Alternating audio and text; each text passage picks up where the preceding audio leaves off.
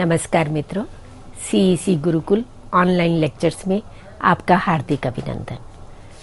हमने पिछले व्याख्यान में प्रगतिवाद का प्रारंभ कैसे हुआ, प्रगतिवाद का क्या उद्देश्य है, प्रगतिवाद को लेकर विद्वानों की, आलोचकों की क्या दृष्टिकोण है, उस पर चर्चा की थी। और प्रगतिवाद की प्रवृत्ति मूल रूप से सामाजिक यथार्थवाद और शोषितों और पीड़ितों के प्रति सहानुभूति का भाव, इन पर हमने चर्चा की थी। इसी विषय को आगे बढ़ाते हुए अब हम अगली प्रवृत्ति की ओर बात करेंगे, जहां एक और प्रगतिवादी कवि शोषितों, पीड़ितों के प्रति, श्रमिक वर्ग के प्रति, किसानों के प्रति, मजदूर वर्ग के प्रति एक सहानुभूति का भाव रखता है और उनकी पीड़ा को देख करके संवेदनशील हो उठता है। और उसकी वो संवेदनशीलता पूंजीपति वर्ग के प्रति आक्रोश के रूप में प्रकट होती है।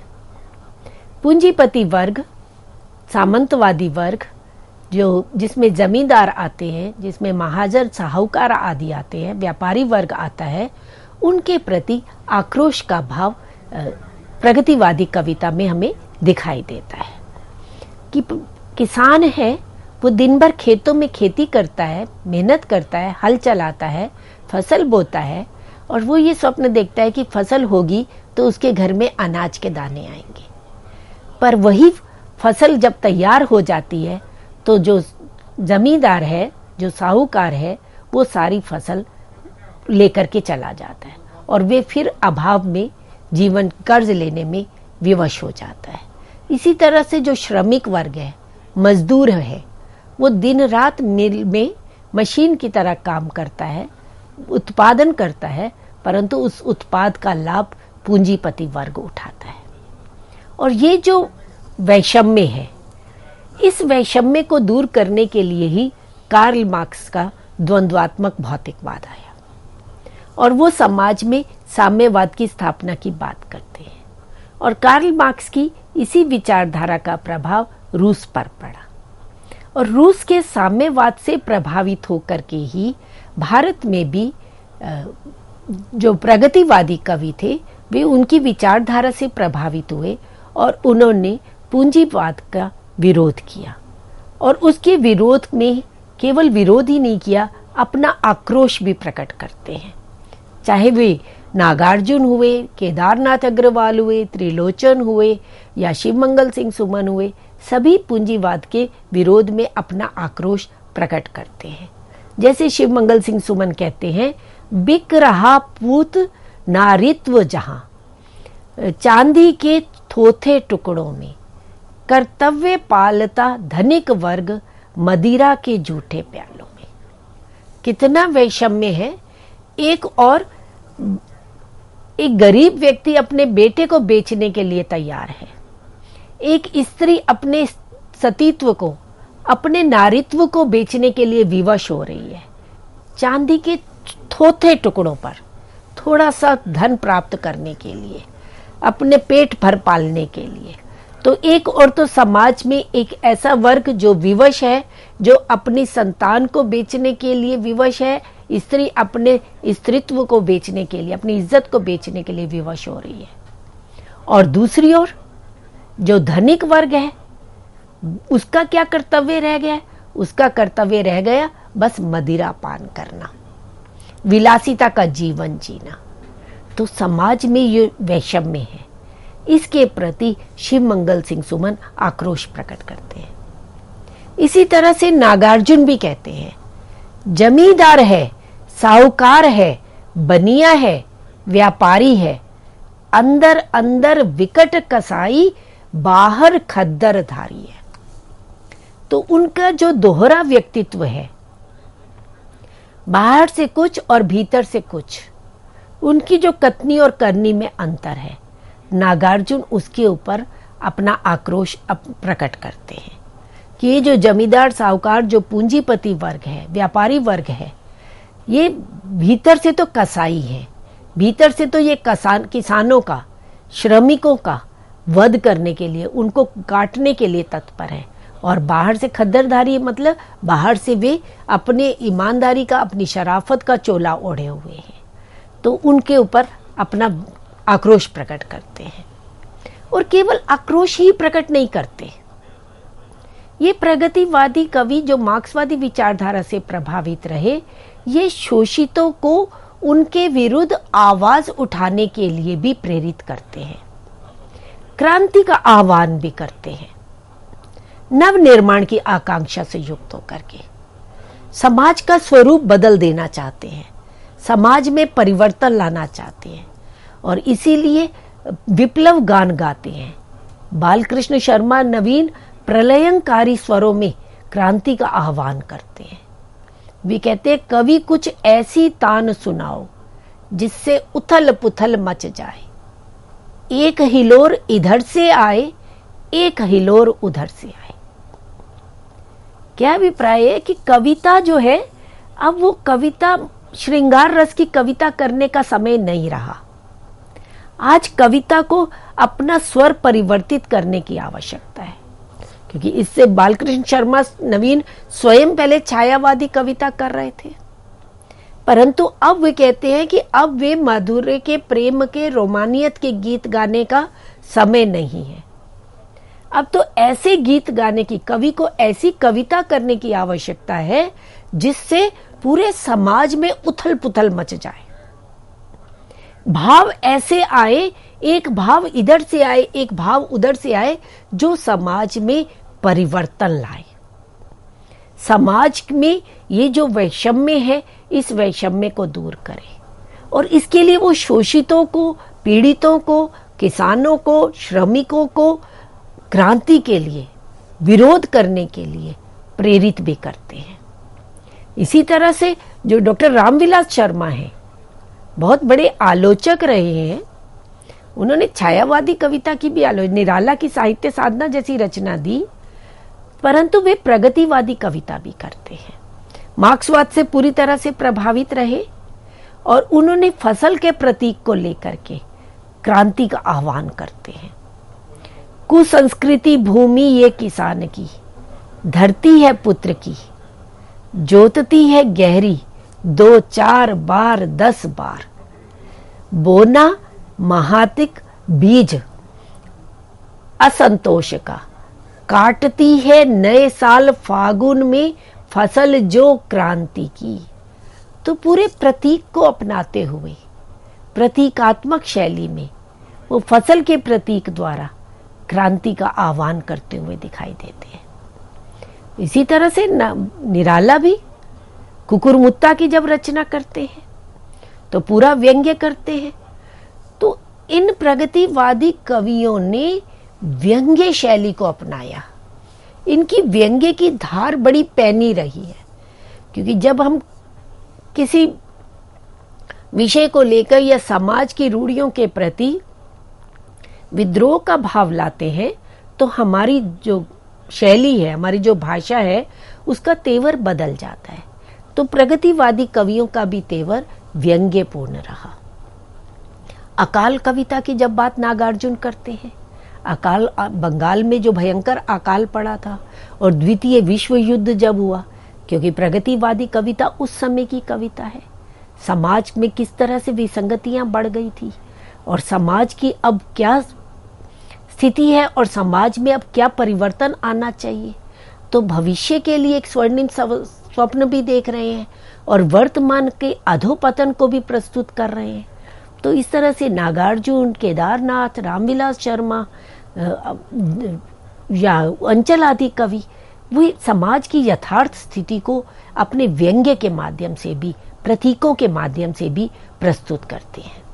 और पूंजीवादी शोषण से ये कवि क्षुब्ध हैं, दुखी हैं और सामंतवादी परंपराओं का समूल विनाश करने के लिए उद्यत है।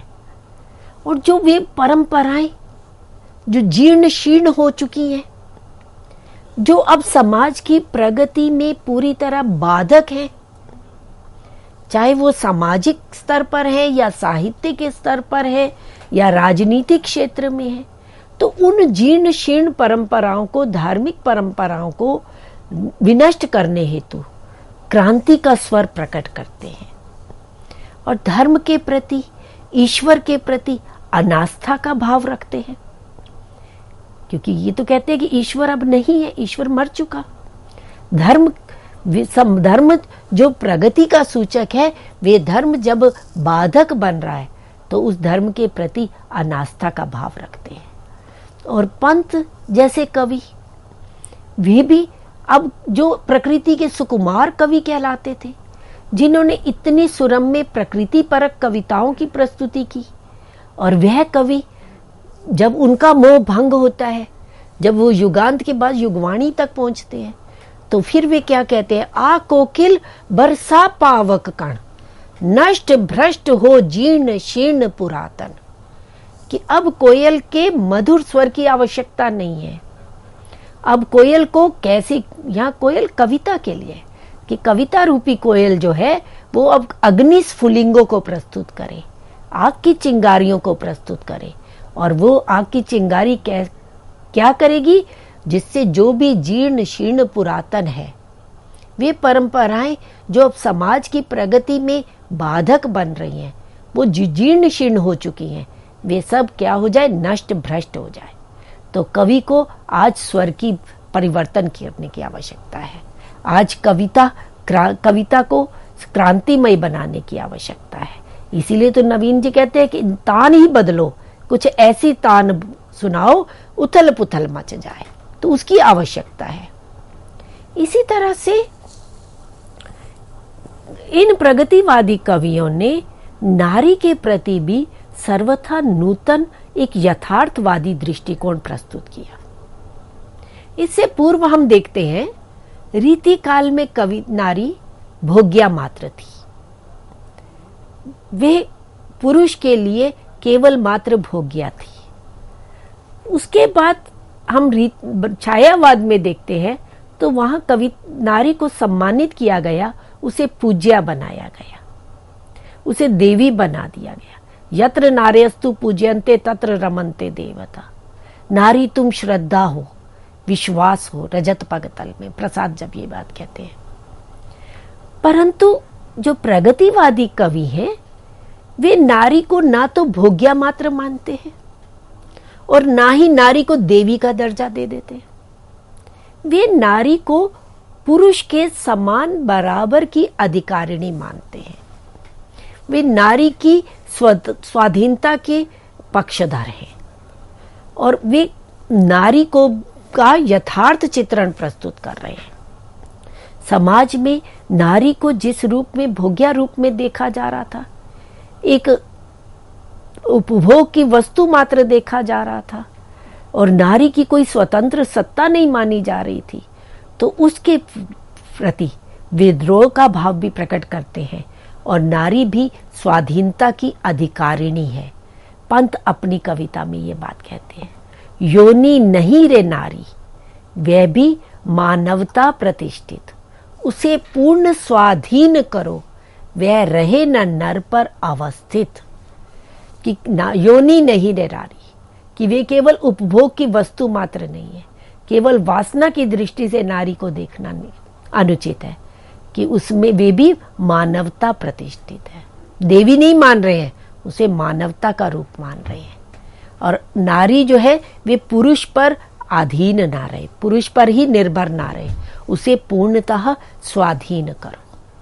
तो ये स्वर प्रगतिवादी कवियों ने अपनी कविता में उठाया। और इसी के साथ साथ वे स्त्रियां जो समाज में अपना देह व्यापार करने के लिए विवश हो गई हैं, वेश्या बन गई हैं, और उनको बनाने के लिए जिम्मेदार कौन है? पुरुष वर्ग ही। परंतु दोष समाज में किसको दिया जा रहा है? उन स्त्रियों को दिया जा रहा है। तो वह स्त्रियां दोषी नहीं है, परंतु समाज जिस तरह से उन स्त्रियों को निरंतर प्रताड़ित कर रहा है, निरंतर पीड़ित कर रहा है, तो अगर ये स्त्रियां जागृत हो गई, अगर ये ज्वालामुखी बन गई, तो समाज की क्या स्थिति होगी? इसका साक्षात एक बिंब रामेश्वर शुक्ल अंचल प्रस्तुत करते हैं। वे कहते हैं, क्रांति का तूफान जब विश्व को हिलाएगा, ये बाजार की असंस्कृता निर्लज्ज नारियां जो कि योनि मात्र ना रहकर बनेंगी प्रदीप्त, उगलेंगी ज्वालामुखी।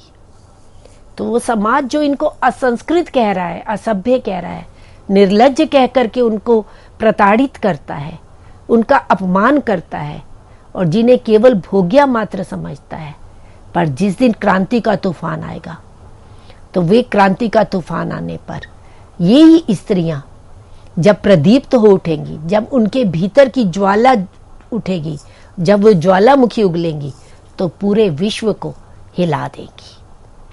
तो इस तरह से स्त्री को स्वाधीन होने का पूरा अधिकार है। तो स्त्री के प्रति यथार्थ भाव, एक मानवीय चेतना का भाव प्रगतिवादी कवि प्रस्तुत करते हैं। इसके साथ ही मित्रों, प्रगतिवादी कवि मानवतावादी दृष्टि से भी पूर्ण रहे। समाज में केवल समाज की ही बात नहीं करते, केवल वे भारत की ही बात नहीं करते, वे विश्व के प्रत्येक प्राणी के कल्याण की भी बात करते हैं। वे मानवतावादी दृष्टिकोण से पूर्ण है। पंत जो है स्वर्ण भूमि में इस मानवतावादी दृष्टि को अपनी कविता में प्रस्तुत करते हैं। वे कहते हैं, नहीं छोड़ सकते रे यदि जन, देश राष्ट्र राज्य के हित नित्य युद्ध करना, हरित जनाकुल धरती पर विनाश बरसना। अच्छा हो छोड़ दे अगर हम अमेरिकन, रूसी और इंग्लिश कहलाना, देश में आए धरा निखर, पृथ्वी हो सब मनुजों का घर, हम उनकी संतान बराबर। ये कब का वर्णन है? जब द्वितीय विश्व युद्ध हो रहा है, क्योंकि प्रगतिवादी कविता उसी समय हुई। उस समय दो बहुत बड़े परिवर्तन पूरे विश्व में हुए। भारत में एक और तो बंगाल का अकाल पड़ा जिसने भारतीय समाज की जड़ें तक हिला दी, और दूसरी ओर विश्व युद्ध जिसने पूरे विश्व को हिला दिया। हिरोशिमा पर, नागासाकी पर जो परमाणु बम हुए, तो पूंजीवादी सत्ता जो अपने पूंजी के बल पर और जो अविकसित देश थे उनको अपने काबू में करने के लिए, उन पर अपना अधिकार दिखाने के लिए विवश थी, और जो विकसित देश थे जो अपना प्रभुत्व जमाने में लगे हुए थे। तो ऐसे देशों को संबोधित करते हुए कहते हैं कि नहीं छोड़ सकते रे यदि तुम, देश राष्ट्र राज्य के हित नित्य युद्ध करना। कि ये युद्ध जो है ये मानवता कभी स्थापित नहीं कर सकते। युद्ध कभी समस्या का समाधान नहीं होता। विश्व में शांति की स्थापना युद्ध से नहीं हो सकती।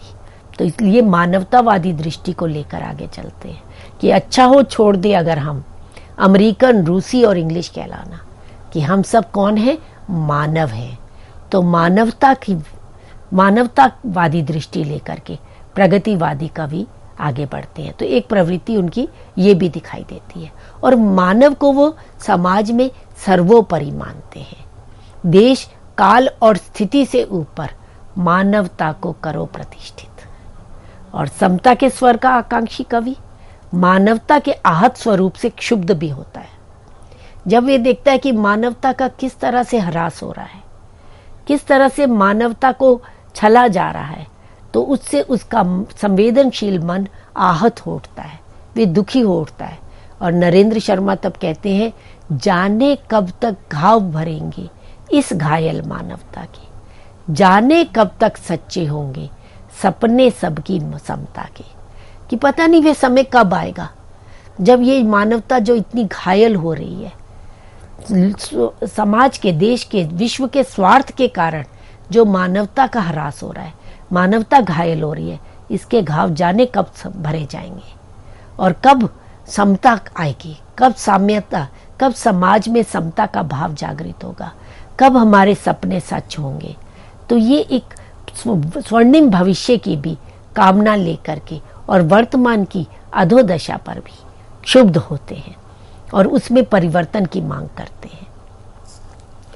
ये तो मित्रों हमने प्रगतिवादी कवियों की कुछ प्रवृत्तियों और प्रमुख प्रवृत्तियों की बात की। इसके साथ ही जो कट्टर प्रगतिवादी थे, जो पूरी तरह से मार्क्सवाद की विचारधारा से प्रभावित कवि हुए, उन्होंने साम्यवादी देशों के प्रति और मार्क्सवाद के प्रति अंधश्रद्धा का भाव भी दिखाया।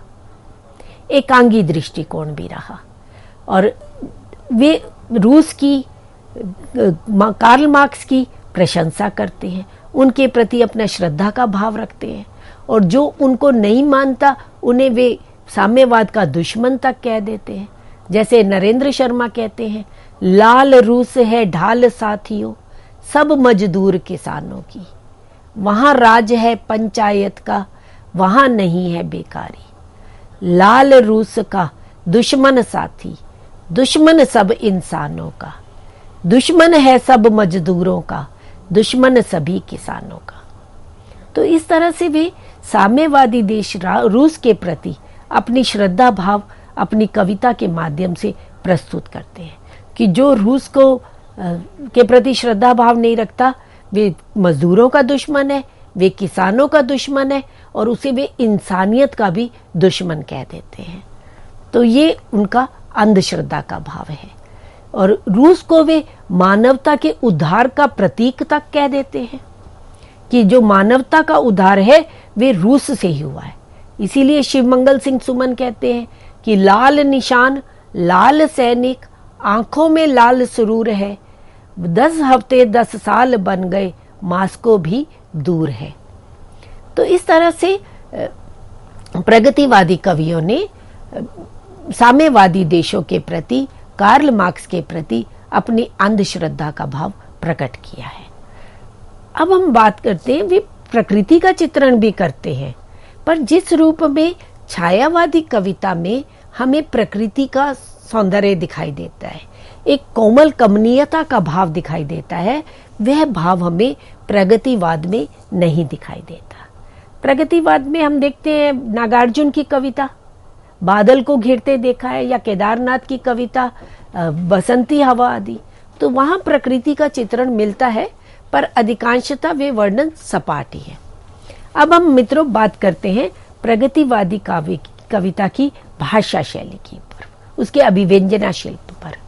इन कवियों का ध्यान सामाजिक यथार्थ की ओर अधिक रहा है, इसलिए इनकी भाषा शैली सीधी और सपाट रही है, अलंकारों के छंद के बंधनों से मुक्त रही है। पंत स्वयं कहते हैं, खुल गए छंद के बंध प्रास के रजत पाश। नरेंद्र शर्मा भी कहते हैं, ये अलंकार ये भर मोह के बंधन है, तोड़ दे इन्हें।